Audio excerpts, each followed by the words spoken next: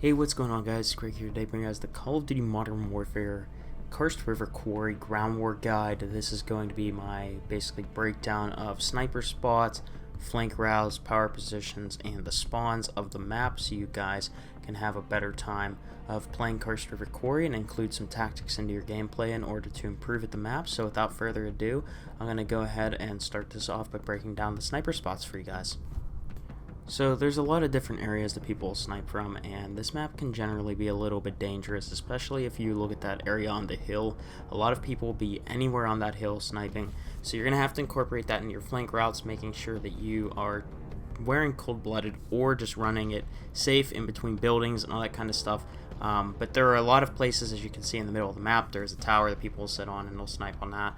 There's another tower behind C that people will sit on, and generally all these spots are going to be rooftops, except for the ones that are in the HQs. Those are generally going to be like inside buildings or just on the outside on the ground somewhere. So rooftops are the most common areas you're going to see people sniping in whenever you see these areas I have marked for you guys. Starting off with the east side flanks, we have our left side that is going to be taking us around underneath the hill to get over to A. Now, you can be spotted from people that are looking from the middle area around B, C, and D, but going around that building will give you a little bit more cover, and generally people are not going to be watching out there at all times, so this is a good way to get a flank off.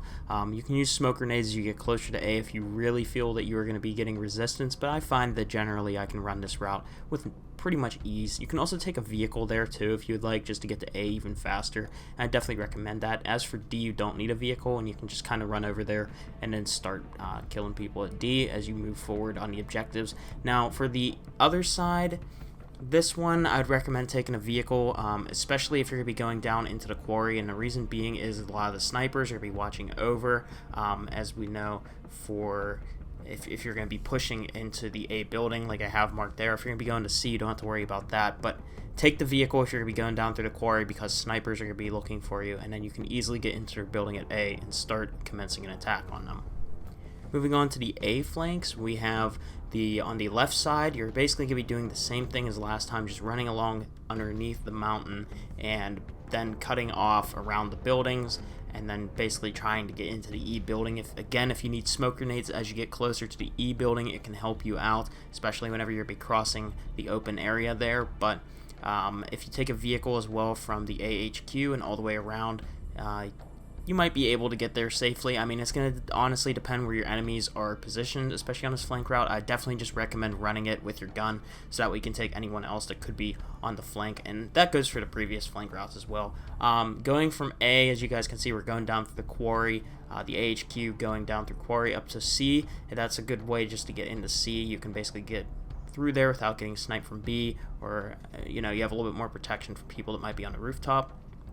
And then the last one, you want to use caution whenever you're coming out, because there might be people posted up in C or on that little bridge that connects the building that is around our flank route and the C building, and you want to be careful because people might be sniping on that or just sitting on that, as well as the rooftop players. So make sure you're using caution. If you have a vehicle, take that vehicle until you get around behind there, and then you'll be able to run the flank into the building over at E. But I do not recommend that building as much as some of the other buildings if you're going to try to go for streaks. Only use it if you're really trying to get the E flag, because it's not the best streak building. Just believe me on that. The spawns are not going to work in your favor, and yeah, the right side flank is not the best flank in the world, but it is if you're trying to get the objective, so just have that in mind. Let's talk about the power positions on this map, because honestly, the entire middle of the map is basically a power position. The other areas are basically designated depending on what flags you own and what flags the enemies own. So basically, if the enemies own A, then obviously you're going to be in one of the two A buildings. If the enemies own E, you're going to be in that E building that I've marked. If the enemies own D, you can kind of chill around C or maybe even the D building, depending on which side you're spawning on. It's all going to depend on the spawns, which we're going to be going over next. But as you guys can see, I have an area marked on the hill that says APC. And listen, I hate people that play that way too. I do not like it whenever tanks sit up on the hill. But there's no denying that it is an effective strategy, alright? Javelins can take them out pretty easy. Precision airstrikes can take out the ones that are just camping up there. Cluster strikes work pretty well. Cruise missiles are really good. Honestly, guys, those 5 kill streaks are one of the easiest ways to take out the APCs or chilling on the hill. So just giving you a heads up. Javelins are also free, you know, you can just kind of lock onto it and destroy it in 2 or 3 javelins. And the reason I say it's so effective is because that APC on the hill allows for people to rotate down in off the hill. Like if they spawn on the APC because it's a mobile spawn point, they can basically just jump off the cliff, pull their parachute, and glide down into wherever they want to, especially if people are not paying attention to the hill because they're afraid of snipers and stuff like that. So it's a very powerful position for APC drivers to go up there and even control the hill to keep enemy snipers off of that hill. It is such an advantage for your team, and I cannot stress that enough. But again, I mean, you know, everybody hates the person that does it, but is it necessary? I mean, to keep enemy snipers off the hill? Yeah, kinda. For good spawns, it's kinda good. I mean, I'm just saying, but yeah. So, again, I know that's gonna rustle some people's feathers, but is it effective? Yes, it is. Moving forward. I'm gonna be honest, guys, the spawns, these are probably not 100%, but they are pretty darn accurate to the areas that people are going to spawn in. So basically, on the east side, as we can see, people are going to spawn more towards their HQ. This is how it goes for whatever side you're spawning on, you're going to spawn more towards your HQ. So E, that's the general area they're going to spawn in. It's more around that building and behind the rocks and stuff like that down there. And then if you're D, you're going to be spawning out near the train if people are pushed up towards D. If not, you'll be spawning a little bit inside of D. Some people do. I've noticed that. And then around B, you'll spawn out and underneath. Sometimes inside B. Really just depends on positioning of teammates. All these spawns really just depend on that. The C building, you're going to be spawning in the top layer. That's where the bridge has access to, and people will be spawning basically on the sides of that room. Sometimes in the one that has the staircase that goes down another layer towards the middle of that building, and it's the same way on the other side as well, so keep that in mind. If you are spawning at A, you're basically just going to be spawning inside that building or a little bit out back that I have marked.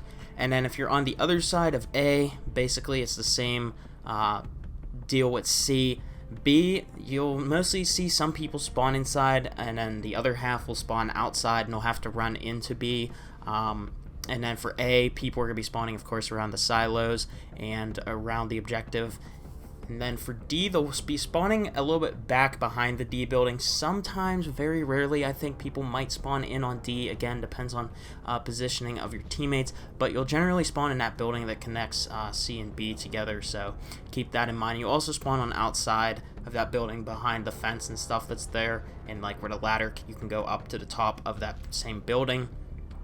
And then for E, you'll notice I have it marked of an area where there's like rocks and stuff like that. So that's going to be the main spawns for people that own E and have A as their HQ. They're going to be spawning around the rocks there at E, and you can basically pick people off that are spawning in there. So these are basically the majority of spawns. There might be some other areas that are going to be less common, but these are basically the areas you're going to be on the watch out for the most whenever, depending on what side people are spawning on and what side or what flag they own. Also, I would like to make mention real quick, this map is very east-sided, and the reason I say that is because you have more outdoor spawns whenever the enemies have A, right? So if the enemies have A, they're going to be spawning outdoors more, which means lethal kill streaks are going to do a lot more damage, and basically you're going to have a lot more angles to pick people off on. That's one of the things I've just noticed whenever I'm playing this map, so just keep that in mind, that the best side to be on for this map is definitely going to be spawning at E.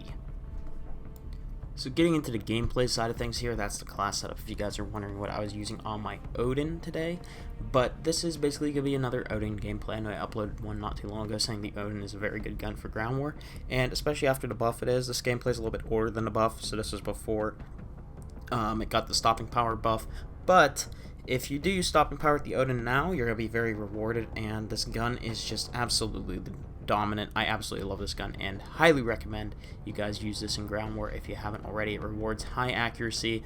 It is not a good gun though if you are not accurate. Anyways, moving into the gameplay side of things here. So you guys can see I'm taking it a little bit slow, and the reason I'm taking it slow is because they do not have the flags that I want them to, which would be E, of course. I don't know what this guy was doing, driving a vehicle up to the window. I gotta say, man, that was actually really funny while I was playing the game. I remember I told my friend it was really funny, but as you guys can see, I'm using the doors to my advantage here for slow peaks and basically just tap firing people across the map. And the reason I do this is my way of combating snipers. You can take them on one at a time, a little bit easier, so you don't have your whole body exposed to a wide range of people being able to look at you and stuff like that. So this is my way of fighting snipers. I like to peek the doors and stuff like that, and you can also use that to your advantage if you want to try to fight snipers that are posted up in their spawn. I was using Kill Chain in this gameplay in order to help me earn streaks faster. I love this perk. The reason why is it guarantees you your advanced UAV, which can really help not only you but your team get their streaks. Now, I wouldn't recommend the Kill Chain perk if you really just have that nuke as your goal, because obviously something like EOD, Quick Fix, and stuff like that is going to help you out so much more than Kill Chain will, because once you get your advanced UAV or your highest kill streak you're running, Kill Chain becomes useless. So I definitely recommend, if you really just want to get those tactical nukes and that's all you're going for, and you don't care about earning as many kill streaks as you possibly can for your team or whatever, then I would definitely say go ahead and, just run Quick Fix, run Cold Blooded or EOD. Obviously it's going to depend on how your enemies are. If your enemies are getting a lot of kills, then you're going to want to use Cold-Blooded, because if their kill streaks are becoming, you want to make sure you're not going to die those. If your enemies, maybe you're taking on more than one at a time, Quick Fix is going to be the good perk for that.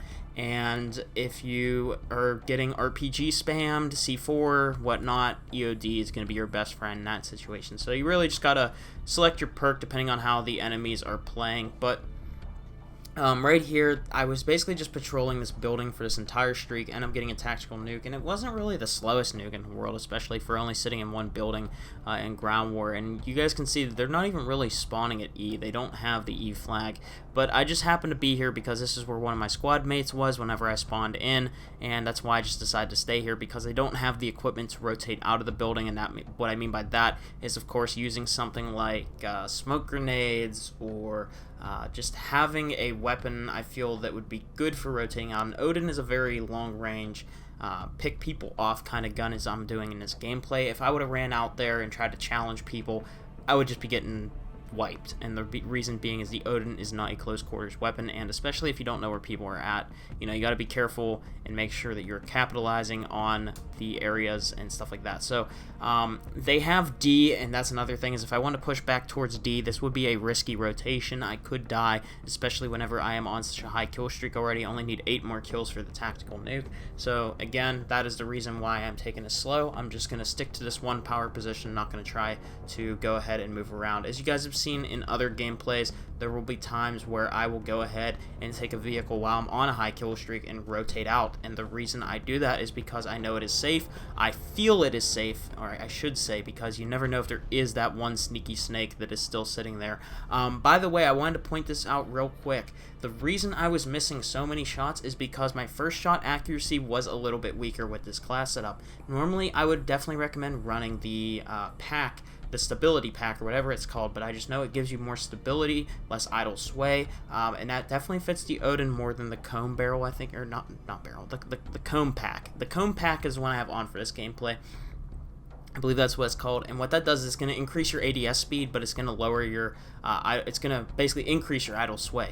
So if you have a weapon that you really know is good for long range like this Odin, I would definitely recommend using that stability pack if you are missing shots like me at long range and you really just need that extra accuracy for range, especially with a gun like this. That's why I also use the tac laser. Not only does it help combat how slow the build is coming from the Colossus suppressor, the Mark IV grip, and the 810mm barrel, but it's also going to make your first shot accuracy so much better at long range and going to help you just two-tap people at far ranges, and especially with stopping power it becomes even better yet. So I highly recommend that you guys try out the stability stock if you are having an issue trying to connect your shots at long range. As you guys can see, sometimes I'm really good at it, other times I'm inconsistent. It just really depends, like I said. So yeah, I would definitely recommend checking that out. But anyways, I basically at this point have my nuke. I know that I can do whatever I want. And once I get my nuke, I kind of just play stupid. I kind of just go for a gun streak, and right there I was taken out. Unfortunate. and I think I just spawn back in or whatever and call it a nuke and pretty much end the game. So hopefully you guys enjoyed the Karst River Quarry breakdown. Let me know in the comment section below what map would you guys like to see next covered. I'm thinking maybe doing port, just because I have a ton of port gameplay saved up, and I know that I'd be able to review one of those at the end. And port's also a little bit fresher in my mind. But if you guys would like to see, I believe we haven't went over Zakov Boneyard, Krovnik Farmland, Port, and Promenade. I believe those are all the maps I still have yet to do. I think there's only 7 ground war maps in the game. I could be wrong, but yeah.